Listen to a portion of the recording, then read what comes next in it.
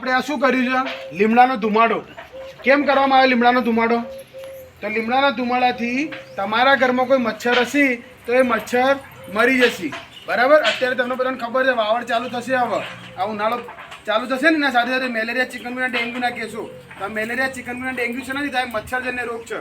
મચ્છર કરડે તો આપણને આ રોગ થાય. બરાબર. મચ્છર ક્યાં રહે છે? આપણા ઘરમાં. ક્યાં પેદા થાય છે? તો પાણીમાં, ચોખ્ખા પાણીમાં. આપણે પોરા બતાવ્યા ને તમને. બરાબર.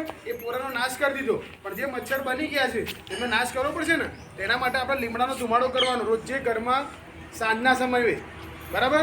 આ લીમડાનો ધુમાડો કરવાથી શું થાય? તો આ લીમડાનો ધુમાડો તમારા ઘરની દિવાલોની પરત ઉપર ચોંટી જાય. એટલે જ્યારે પણ મચ્છર આવે છે, મચ્છર બેસે છે, એટલે મચ્છર એના પર બેસે એટલે કરડવાનો પ્રયત્ન કરે દિવાલ ઉપર, તો ત્યાં શું મને લીમડાનો ધુમાડો કડવો હોય.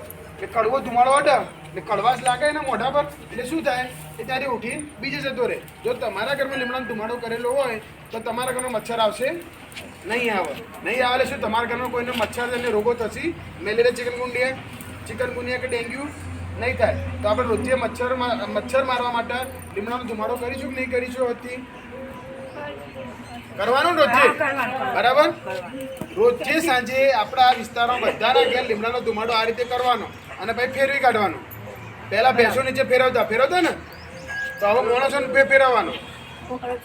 હા, તો મેલેરિયા, ચિકન, ડેન્ગ્યુ નહીં થાય. ખાસ ધ્યાન રાખવાનું. તો કરશો કે નહીં કરો? કરશો ને? હા, તો વાંધો નહીં.